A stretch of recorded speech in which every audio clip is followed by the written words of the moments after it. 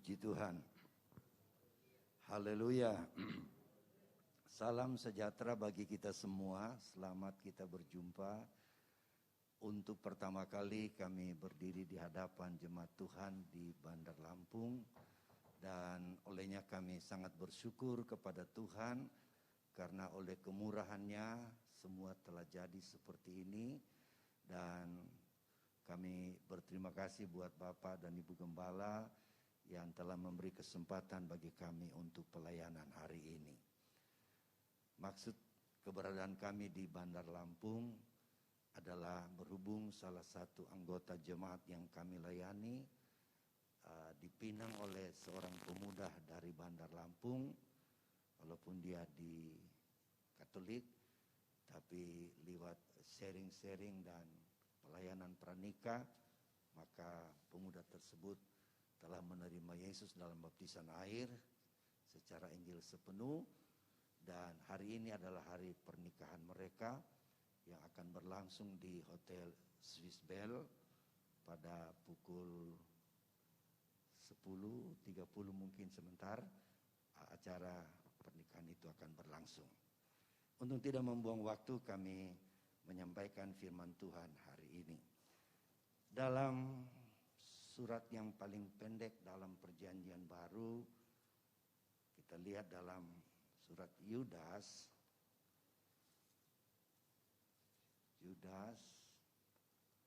pasal 1, memang hanya satu pasal, tapi kita bisa membaca itu dari ayat 3 dan beberapa ayat selanjutnya.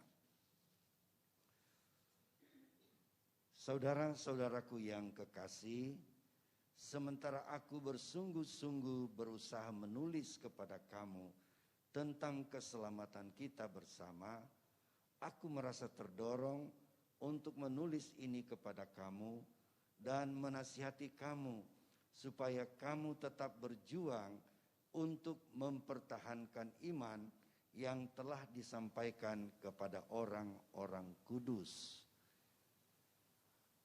Penulis surat Yudas ini merasa terdorong untuk memberikan nasihat kepada umat-umat Tuhan.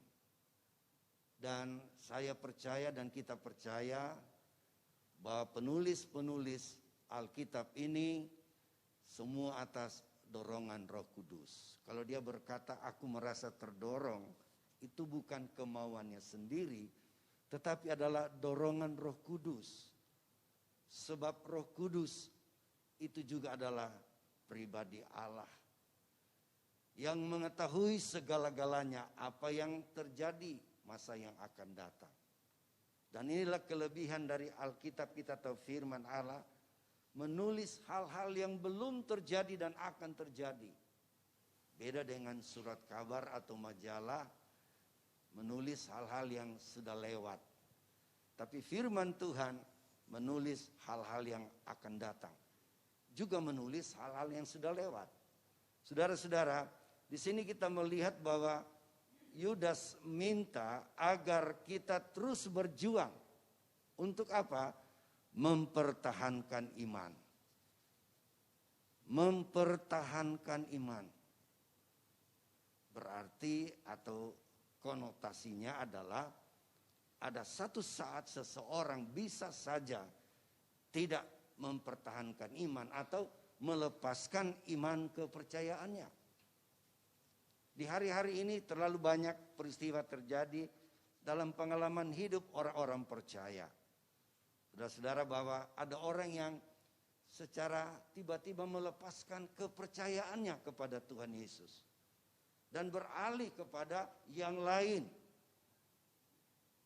Dan apa yang membuat orang melepaskan kepercayaan? Ayat selanjutnya berkata, sebab ternyata ada orang-orang tertentu yang telah masuk menyelusup di tengah-tengah kamu, yaitu orang-orang yang telah lama ditentukan untuk dihukum. Mereka adalah orang-orang yang fasik, yang menyalahgunakan kasih karunia Allah kita untuk melampiaskan hawa nafsu mereka, dan yang menyangkal satu-satunya penguasa dan Tuhan kita Yesus Kristus. Jadi orang-orang tertentu menyelusup masuk ke dalam untuk membawa orang lain meninggalkan dan menyangkal kealahan Yesus Kristus. Ini yang paling terbanyak hari-hari ini. Tapi puji Tuhan, kita yang ada di sini, tentu ini merupakan peringatan yang sudah lama kita tahu. Tapi apa salahnya kalau kita dengar kembali bahwa kita diingatkan berjuang mempertahankan iman. Karena tanpa iman menurut Ibrani pasal 11, kita tidak diperkenankan Tuhan. Kita harus memiliki iman percaya. Jangan sampai iman kita saudara-saudara gugur. Paulus dengan tegas mengatakan dalam 1 Timotius pasal 4. Bahwa di akhir zaman orang banyak yang akan meninggalkan keimanannya kepada Yesus. Tapi mari kita sebagai orang percaya yang sudah menikmati berkat dan pertolongan Tuhan, percayalah Yesus Kristus tetap sama. Dahulu, sekarang, sampai selama-lamanya dan tidak pernah berubah. Ada amin saudara? Kita harus percaya sekali Yesus tetap Tuhan Yesus. Apapun tantangannya, apapun bujukannya, tidak. Sekali Yesus tetap Yesus. Saudara-saudara, kita harus beriman. Bagaimana caranya kita mempertahankan iman? Ialah dengan jalan selalu senang dengar firman Tuhan. Sebab dalam mendengar firman Tuhan, Roma 10 ayat 17, iman kita akan muncul. Iman kita akan timbul kalau kita selalu mendengarkan firman Tuhan. Penting sekali kita mendengar firman Allah. Sebab firman Allah kalau kita dengar saudara-saudara, itu membangkitkan gairah dalam hidup kita untuk percaya kepada Tuhan. Haleluya. Yesus pernah berkata dalam Injil Lukas pasal yang ke-8 ayat yang ke-18 kalau saya tidak salah ingat. Dikatakan di sana, perhatikanlah bagaimana cara engkau mendengarkan firman Tuhan. Saudara-saudara, karena kalau iman kita lemah, iman kita tidak terus diperkuat dengan firman Tuhan. Yesus pernah berkata dalam Lukas 18 ayat 8.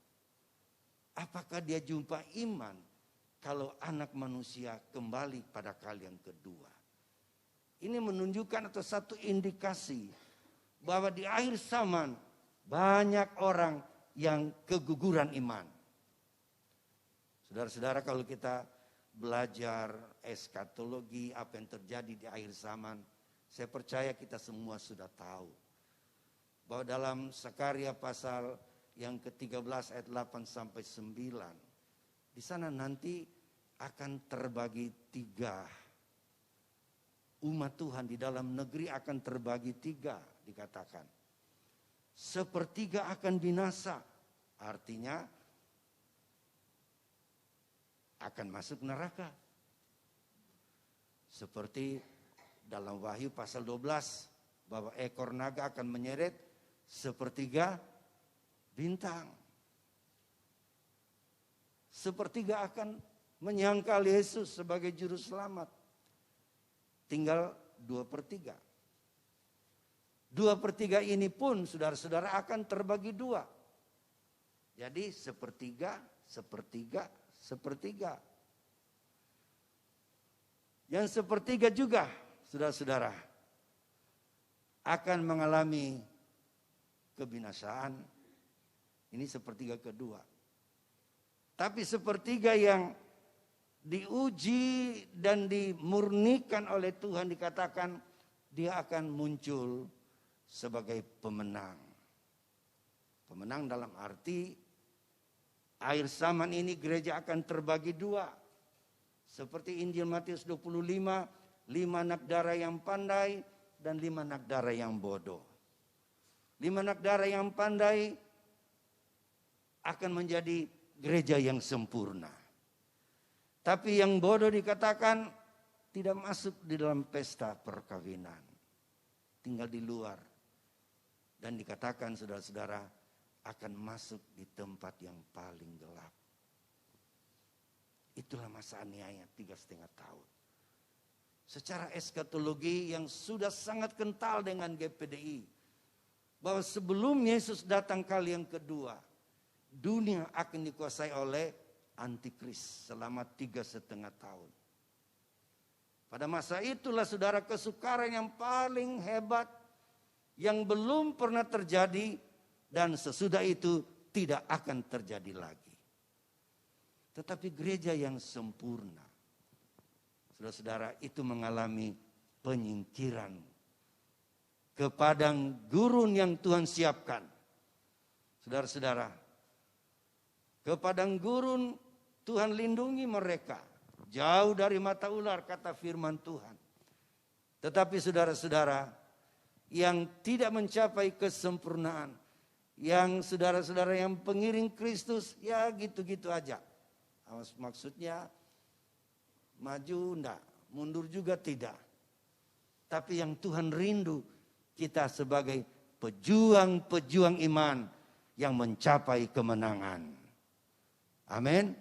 Berjuanglah, pertahankan iman. Yang berjuang itu bukan hanya berdiam diri, tapi memiliki usaha-usaha. Bagaimana iman kita tetap kuat, yaitu setia dengar firman Tuhan. Sebab dengan mendengar firman Allah, imanmu dan iman saya dikuatkan selalu. Bisa bilang amin saudara? Ya. Jadi mendengar firman Tuhan dengan baik. Kalau kita mendengar firman Tuhan dengan baik saudara-saudara, kita akan memperoleh iman yang teguh dan ada sesuatu hal-hal yang spektakuler bisa terjadi. Hal-hal yang luar biasa, di luar kemampuan manusia, Tuhan sanggup melakukannya. Kalau kita dengar firman Tuhan dengan baik, saya ingat kisah Rasul Paulus dalam memberitakan Injil di satu kota yang namanya kota Listra. Mari kita buka Kisah Rasul pasal yang ke-14. Kisah Rasul pasal yang ke-14. Waktu itu Paulus sedang mengunjungi Ikonium, Listra, dan Derbe. 3 kota disebut di sini dikunjungi. Waktu dia berada di Listra dalam Kisah Rasul 14, dia memimpin sebuah ibadah. Dan dalam ibadah itu dikatakan Paulus memperhatikan seseorang. Dari sekian banyak pendengar, sekian orang yang ada dalam ibadah itu, ada satu orang yang menarik perhatian Paulus.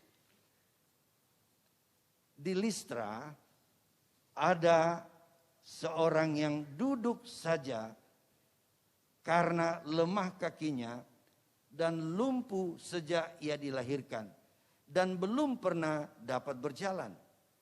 Ia duduk mendengarkan ketika Paulus berbicara dan Paulus menatap dia dan melihat bahwa ia beriman dan dapat disembuhkan.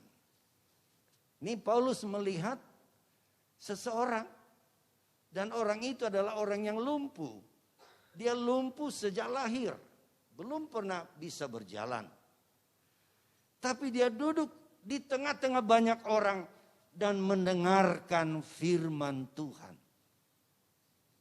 Lalu dalam ayat ini dikatakan Paulus melihat bahwa orang itu memiliki iman. Indikasi apakah yang ditunjukkan oleh si lumpuh ini bahwa ia memiliki iman? Ya seperti sekarang ini saya menghadapi banyak orang, saya tidak bisa mengukur iman saudara. Tapi dalam ayat ini kita melihat Paulus bisa melihat bahwa orang itu memiliki iman. Dengan jalan apa Paulus bisa melihat bahwa orang itu beriman?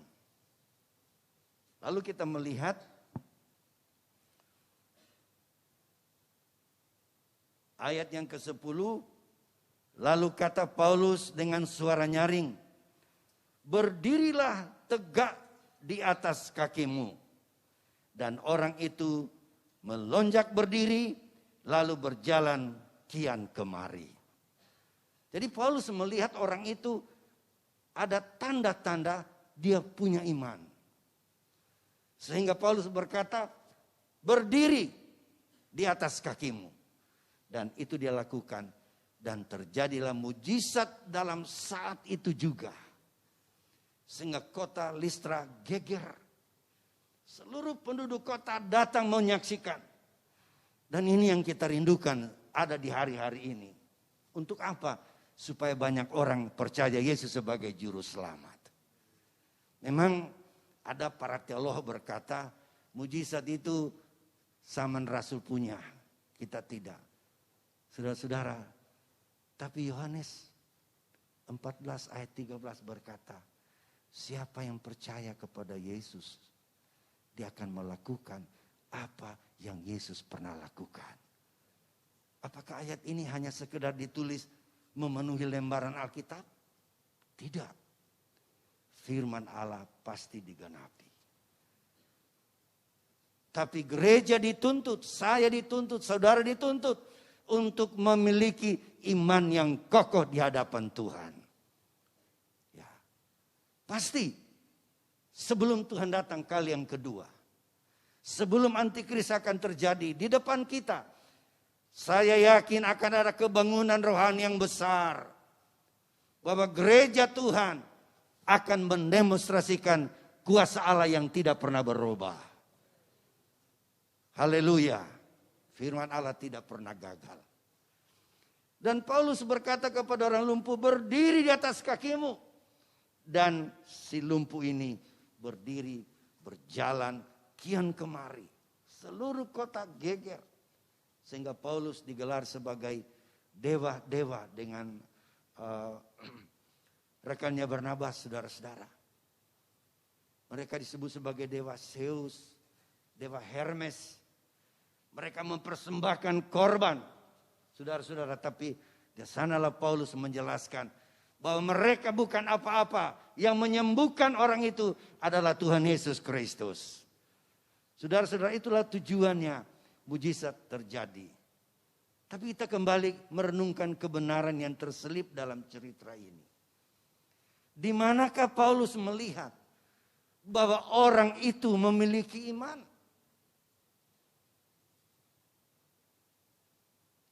Sedang dia lumpuh. Dari sekian banyak orang, Paulus bisa membedakan ada seorang yang memiliki iman. Salah satu tanda iman ada di hati kita, di hidup kita. 2 Korintus pasal 4 ayat 13. 2 Korintus pasal 4 ayat 13. Lihat di sana apa dikatakan.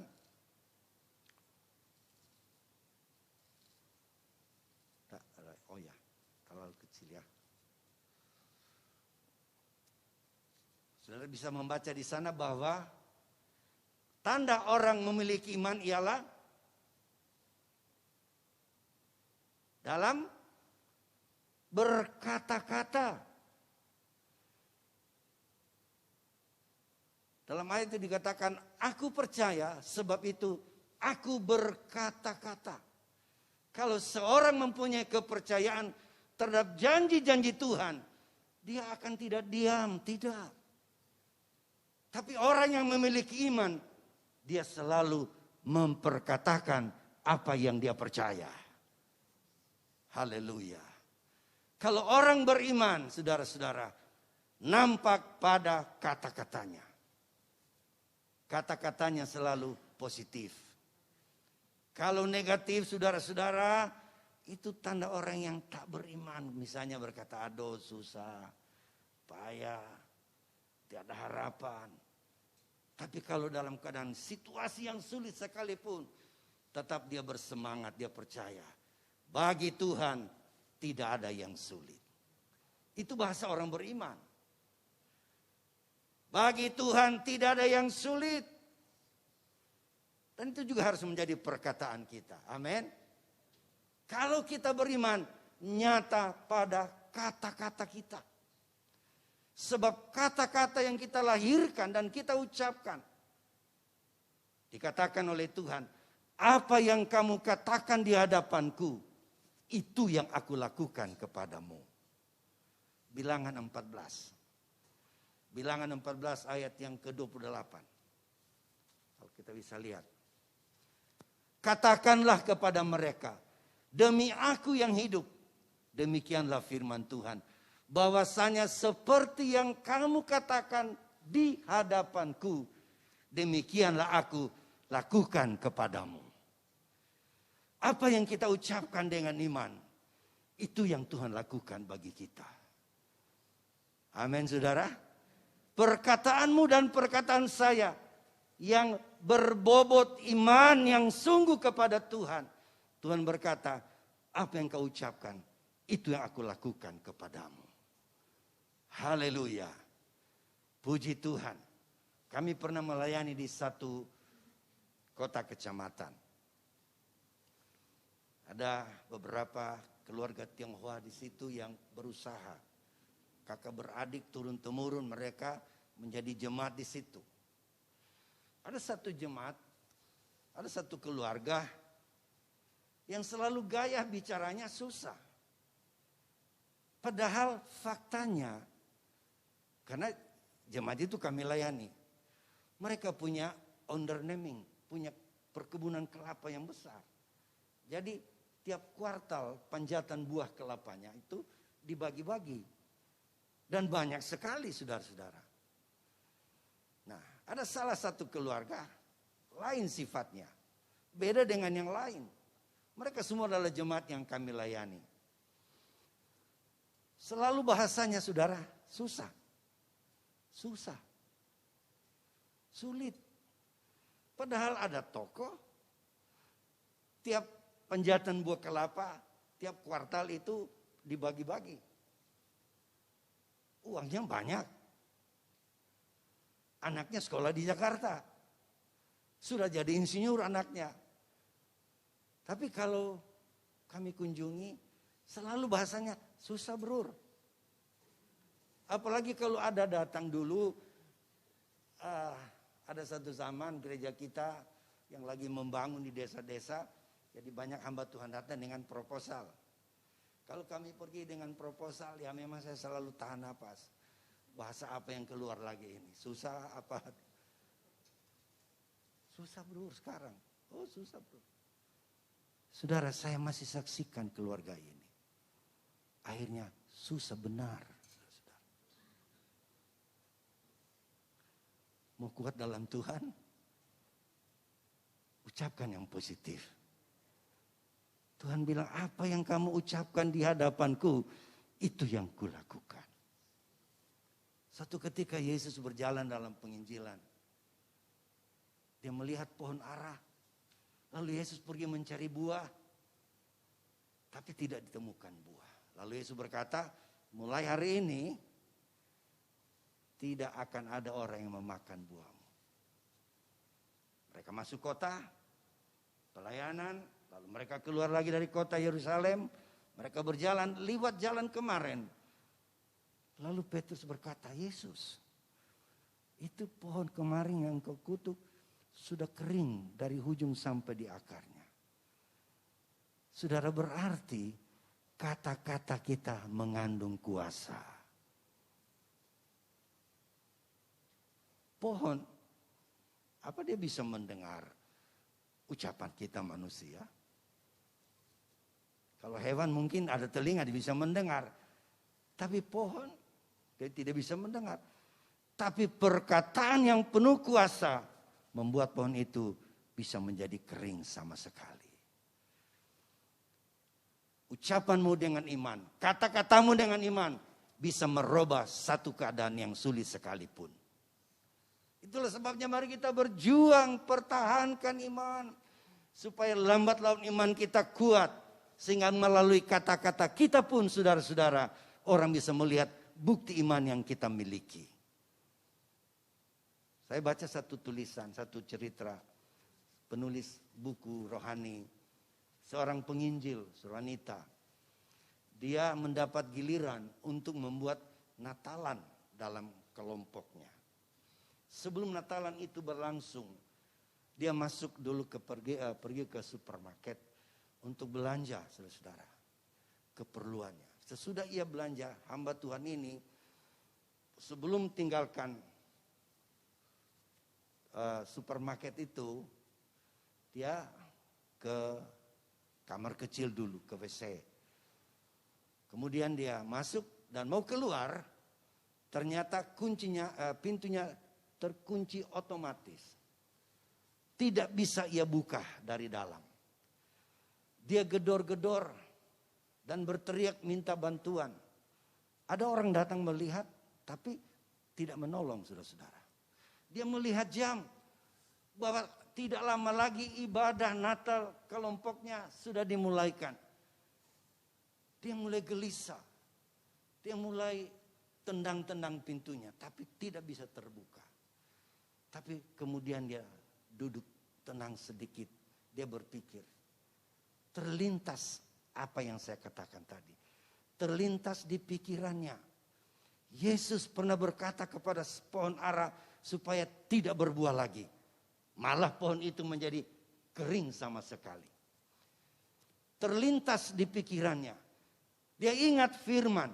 Dan firman itu mulai membangkitkan imannya. Dia percaya bahwa lewat kata-kata ada kuasa yang mengalir dari Tuhan.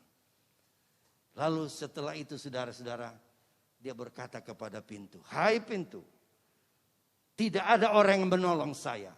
Tetapi di dalam nama Yesus engkau terbuka." Dia tendang pintu itu, saudara. Pintu itu terbuka. Dia bisa keluar. Kisah ini sederhana. Tapi di dalamnya mengandung kuasa Allah yang luar biasa. Apa yang membuat hal itu terjadi? Iman. Kepercayaan, saudara-saudara. Maaf kalau saya cerita sebuah pengalaman saya. Bukan saya membanggakan diri. Tapi saya mau sampaikan firman Allah itu benar.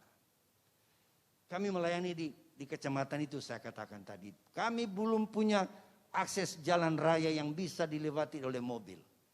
Satu-satunya saudara-saudara hanya dengan sepeda motor. Karena lumpurnya. Jadi saya ke Kota Palu, saya beli kendaraan baru. Saya beli motor Honda. Saya bawa ke desa itu untuk pelayanan. Tapi untuk tiba di sana kami harus lewat lautan. Karena satu tanjung itu belum ada jalan raya sama sekali. Kami bayar sebuah perahu lalu membawa motor saya. Sampai di sebuah desa di mana saya harus turun untuk menuju ke desa di mana saya bertugas, saudara-saudara. Saya mau turun ke pantai, kami hanya berdua dengan seseorang yang punya perahu. Untuk mau turunkan, saya bilang, "Pak, usahakan motor saya ini baru. Jangan kena air laut ya." Saya pikir kalau kena air laut pasti akan karatan nanti. Bagaimana caranya? Dia ambil papan, dia letakkan di pantai dan dia taruh di perahu separuhnya. Lalu kami turunkan pelan-pelan. Lalu ada seorang bapak yang duduk di pantai. Lihat-lihat saja kami berdua itu setengah mati mau jatuh motornya ke laut, saudara-saudara. Tapi dia hanya berpangku tangan lalu lihat-lihat kami berdua turunkan. Selamat motor saya sampai di darat. Kami mandi keringat. Saya keringkan keringat saya atur tas saya. Lalu mulai start untuk menuju ke kampung di mana kami melayani. Bapak yang menonton tadi saudara-saudara, begitu dia lihat saya akan start motor, dia bilang, "Pak, bonceng saya ke kampung." Saya tadi waktu turunkan motor, dia hanya menonton. Saya punya manusianya juga muncul, saudara-saudara. Kalau kau tadi bantu saya, saya Oke saja, mari saya bonceng. Jadi saya bilang, Pak, motor saya ini baru, belum boleh bonceng orang.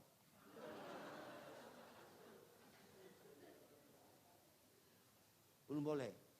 Padahal dongkol, saudara-saudara. Dongkol. Jadi bapak itu juga nyengir-nyengir. Lalu dia pergi. Itu sudah sore. Saya harus melewati hutan-hutan kecil, perkebunan, dan lumpur-lumpur, saudara-saudara. Baru tembus di jalan raya. Jadi bapak itu sudah pergi. Jadi saya mulai hidupkan motor. Ya belum ada starter waktu itu, sekitar tahun 77. Tahun 77, saudara, mungkin ada di sini yang belum lahir. Jadi masih yang di start dengan kaki gitu. Ini motor baru, saya start. 2, 3, 4, 5, tidak bisa hidup. Lagi, ini sudah mandi keringat. Saya tidak hidup. Tapi perasaan saya kok serem. Kepala saya kayak besar. Saya ingat Bapak tadi. Bapak tadi kan tinggalkan saya dengan muka seram-seram. Lalu saya ingat satu cerita. Ada orang menceritakan saya, Pak, kalau Bapak mau tornado di wilayah ini, lewat di desa itu hati-hati. Banyak magic di situ. Wah, saya ingat itu. Wah, berarti Bapak itu tadi punya magic. Karena saya tidak mau bonceng, dia kerjain motor saya. Saya bilang ini motor baru. Kenapa puluhan kali di start tidak bisa hidup? Lalu saya, kalau kuasa kegelapan, saya bilang gampang. Itu dalam hati saya. Saya berhenti untuk hidupkan. Saya keringkan keringat dulu. Lalu setelah agak tenang, saya berkata di dalam nama Yesus Kristus Tuhanku, motor ini pasti hidup. Sekali saya starter, langsung hidup, saudara. Gasnya saya putar kuat-kuat berkali-kali. Dalam hati saya, dengar, kuasa Tuhan lebih hebat dari kuasamu. Berkali-kali saya gas, saudara-saudara. Itu karena sudah emosi. Saya mau perdengarkan, kuasa Tuhanku lebih hebat dari kuasamu. Kemudian saudara, saya cari bapak itu, saya mau ikut di belakang, menghilang dia, saudara. Tapi saya lewat di hutan-hutan, saya dikejar oleh babi hutan yang banyak. Ya, saya pikir ini babi hutan kalau lihat orang, babi liar kan, pasti dia yang lari. Tapi sekarang mereka lihat orang, mereka kejar orang. Saya bilang itu setan itu. Saya bilang dalam nama Yesus, kau tidak bisa bikin apa-apa sama saya. Kata-kata kita ada kuasa, saudara-saudara. Itulah sebabnya iman kita harus berjuang pertahankan. Karena lewat perkataan kita ada kuasa. Sama dengan orang yang di Listra tadi. Paulus berkata, berdiri di atas kakimu yang lumpuh itu. Dan terjadilah mujizat. Haleluya. Yang saya pertanyakan tadi. Di manakah Paulus melihat orang lumpuh itu punya iman? Saya percaya, saudara, menurut 2 Korintus 4 ayat 13. Iman seseorang nampak dengan perkataannya. Jadi walaupun orang itu lumpuh kakinya, tapi dia bisa berkata-kata.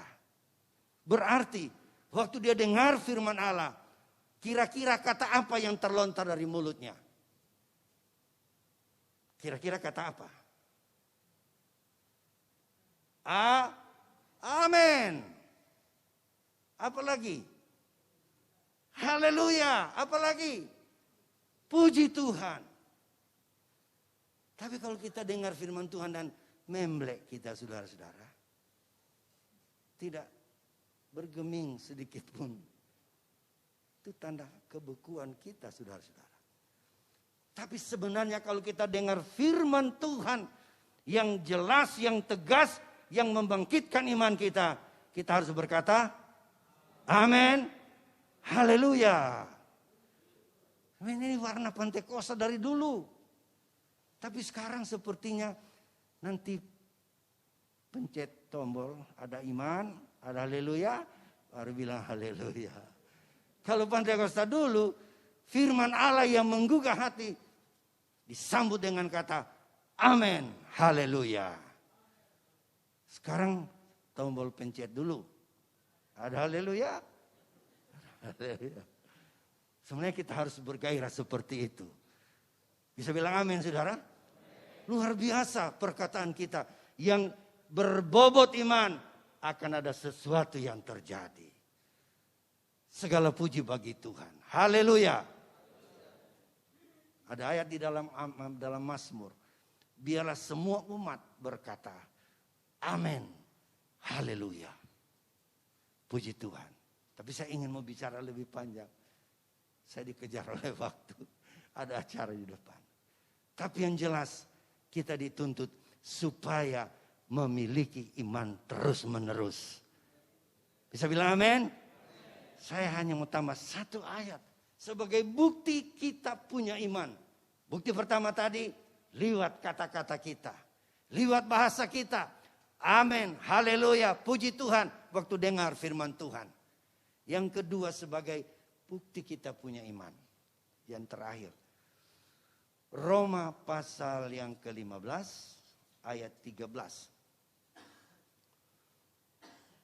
Semoga Allah sumber pengharapan memenuhi kamu dengan segala sukacita dan damai sejahtera dalam iman kamu. Jadi orang yang beriman selalu merasa sukacita. Dan selalu ada dalam damai sejahtera. Itu orang beriman.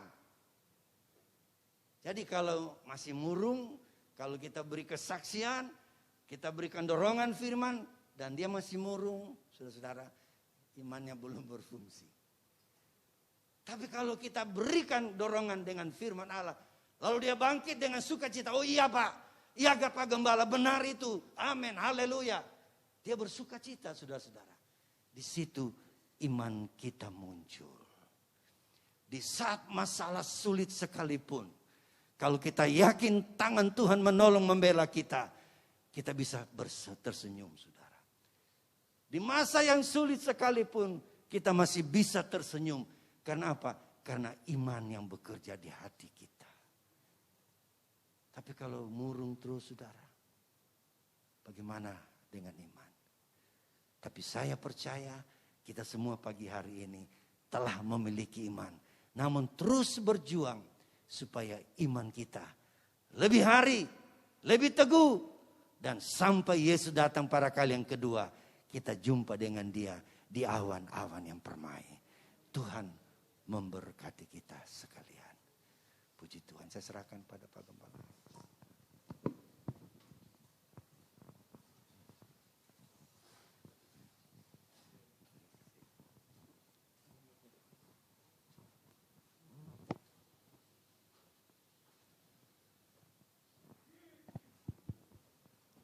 Puji Tuhan, kita sudah dengar firman Tuhan. Mari kita bangkit berdiri. Kita renungkan firman yang kita dengar pagi hari ini. Kita lihat kehidupan kita. Adakah iman itu dalam hidupmu? Haleluya, haleluya. Haleluya, haleluya, Yesus. Kita naikkan pujian hanya dekat Allahku, rasa tenang hatiku.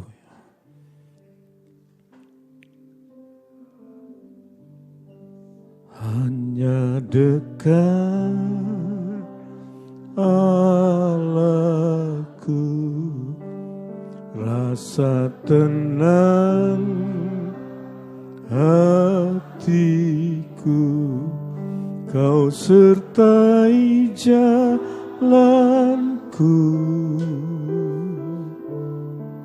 sepanjang hidupku.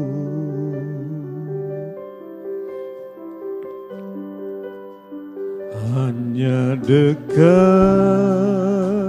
padamu ada kekuatan keselamatan baru. Kaulah perlindunganku,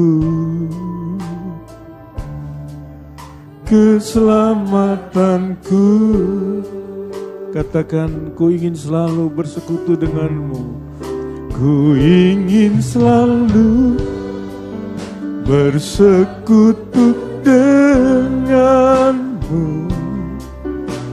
menikmati hadiratmu.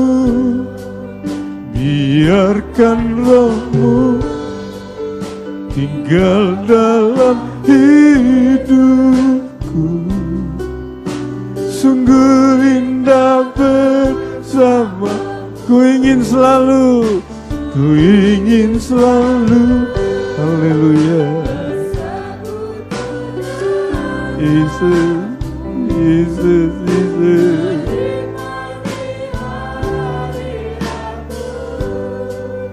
Biarkan rohmu tinggal dalam hidupku.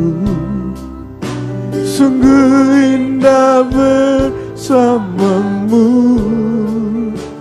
selamanya. Saudara, engkau percaya Yesus mau ada di tengah-tengahmu pagi hari ini?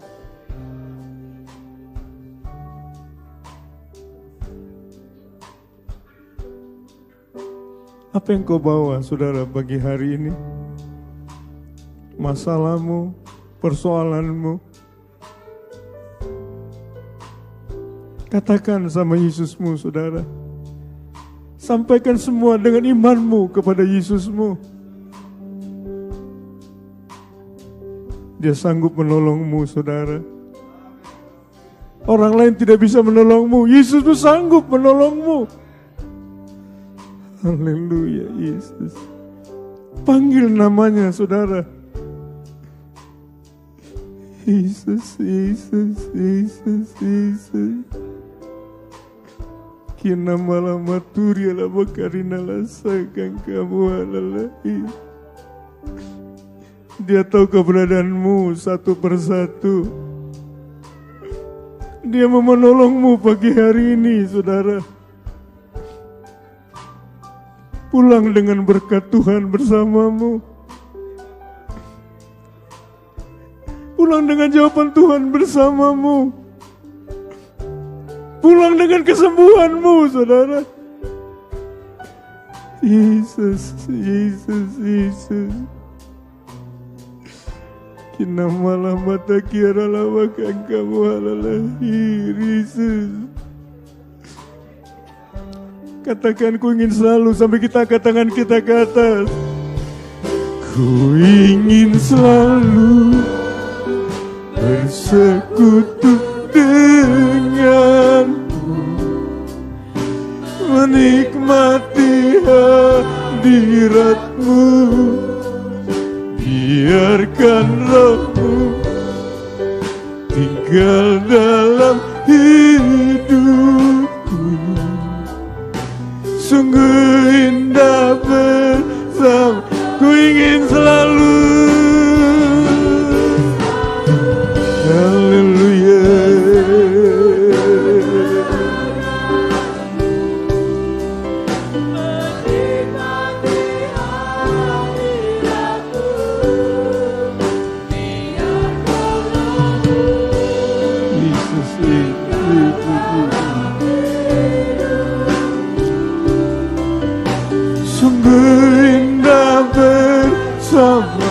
Sungguh indah bersamamu. Sungguh indah sungguh indah bersamamu. Sungguh indah bersamamu.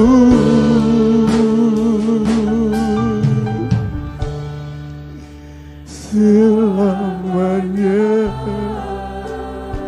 Kita sembah Dia, saudara. Sembah dari hatimu. Haleluya. Haleluya. Di saat engkau menyembah Dia, Dia melawatimu, saudara. melewati kehidupanmu. Haleluya, haleluya. Melewati hatimu, saudara. Ya malam. Kinang malam bakarina lasekan kamu alalai.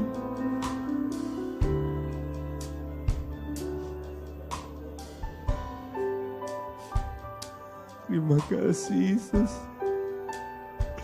Terima kasih Yesus. Terima kasih Yesus. Terima kasih Yesus. Haleluya. Ya malam. Terima kasih Yesus. Pendeta Sefri Kumayas berdoa. Haleluya Yesus. Terima kasih Yesus. Terus kita menyembah Dia, saudara. Terima kasih Yesus. Terima kasih Yesus. Haleluya, haleluya. Pagi hari ini Tuhan, kami mendengarkan kabar baik dari jauh Tuhan. Yesus. Lewat firman-Mu Tuhan, boleh meneguhkan kembali iman kami semua Tuhan. Biarlah Tuhan kami memiliki iman dan memiliki iman, yaitu ketika kami memperkatakan dengan perkataan positif Tuhan.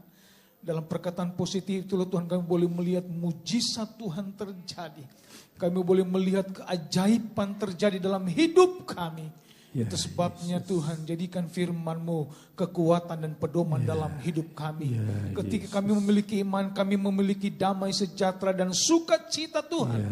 Karena kami percaya Tuhan, setiap pergumulan, persoalan kami, ketika kami dengar firman-Mu, ada kekuatan, ada spirit yang baru, dan yang sakit disembuhkan Tuhan, yang lemah dikuatkan, yang mengalami persoalan berat Tuhan, ada jalan keluar. Karena ketika kami datang kepadamu bersekutu memuliakan nama-Mu, kami percaya ada mujizat menyertai hidup kami. Berkati hamba-Mu, pelayanan yang ada di Palu, kekuatan kesehatan, penyertaan Tuhan, pimpinan Tuhan akan terus jadi bagian dalam kehidupannya. Terima kasih Bapa dalam surga, kami akan akhiri ibadah pagi hari ini. Bukan dengan nama lain, tetapi demi nama Tuhan, Yesus Kristus. Haleluya. Akhirnya, terimalah berkat dari Allah Bapa. Rahmat cinta kasih dari Yesus Kristus. Bimbingan dan persekutuan dari kuasa Roh Kudus menyertai kita sekalian. Saat ini, esok, sampai selama-lamanya. Haleluya, haleluya. Amin. Selamat pulang, Tuhan berkati.